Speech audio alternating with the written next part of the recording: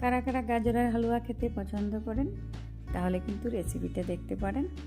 তো আজকে আমি গাজরের হালুয়া করলাম, তার জন্য গাজরগুলোকে ভালো করে ধুয়ে বাকলটা ছাড়িয়ে দুই সাইড অল্প অল্প করে কেটে নিয়েছি, যাতে মানে কোনো কালো অংশ না থাকে।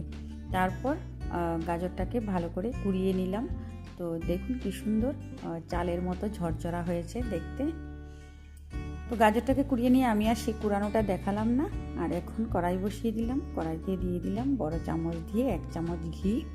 তো গাজরের হালুয়াতে যতটা ঘি ইউজ করা যায় ততই কিন্তু স্বাদ বাড়ে। তো 1 চামচ ঘি দিয়ে আমি গাজরটা দিয়ে দিলাম, দিয়ে গাজরটাকে এখন ভেজে নেব একটু ঘিয়ের মধ্যে। তো দেখুন কড়াইতে দিয়ে দিলাম গাজরটা, দিয়ে এখন চুলার আঁচটা মিডিয়াম ফ্লেমে রেখে এখন আমি ভালো করে নেড়ে চেড়ে ভেজে নিচ্ছি।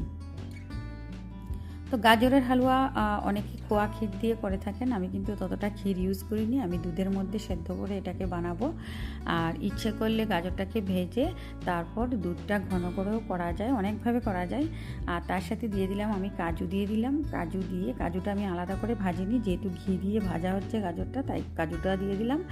আর তার সাথে দিয়ে দিলাম 7 থেকে 8 রোয়া কেসের। তো কোনো কিছু মিষ্টি বানালে আমার কিন্তু কেসরের ফ্লেভারটা ভীষণ ভালো লাগে, তাই আমি কেসরটা ইউজ করি বেশি। আর যেহেতু শীতকাল, কেসরটা একটু গরম, তো শীতকালে যে কোনো খাবারে দেওয়া যেতেই পারে, একটা সুন্দর মিষ্টি ফ্লেভার আসে। তো কার কাছে কীরকম লাগে জানি না, আমার কাছে কিন্তু ভীষণ ভালো লাগে। আর একটু এলাচ গুঁড়ো দিয়ে দিলাম, আর 1 চামচ আরও ঘি অ্যাড করে দিলাম কাজুর সাথে। তো ততটা ঘি দেইনি, আরও ইচ্ছে করলে প্রথমে ঘি আর একটু বেশি দিয়ে ভাজা যেত, আমি যেহেতু ধাপে ধাপে দিচ্ছি ঘিটা, তো তার জন্য 2 চামচ অলরেডি দেওয়া হয়ে গেছে। এখন দেখুন গাজরটা মোটামুটি ভাজা হয়ে গেছে, এখন দিয়ে দিলাম প্রায় 1.5 লিটার মতো দুধ দিয়ে দিলাম, দিয়ে ঢেকে দিলাম। তো গাজরের হালুয়াটা করতে মিনিমাম কিন্তু 40 থেকে 45 মিনিট সময় লাগে, মিনিমাম 30 মিনিট তো লাগেই। তো দুধটা দিয়ে এখন কিন্তু গাজরটা সেদ্ধ হবে। তো ঢেকে দিয়েছিলাম 2 বার, ঢেকে এখন কন্টিনিউ নাড়তে হবে। তো আপনারা ইচ্ছা করলে আরও ড্রাই ফ্রুট ইউজ করতে পারেন, আলমন্ড ইউজ করা যায়, তারপর আরও অন্য ড্রাই ফ্রুটও ইউজ করা যায়। আমি শুধু কাজুই দিয়েছি, আর লাস্টে নামাবার সময় কিশমিশটা দেব।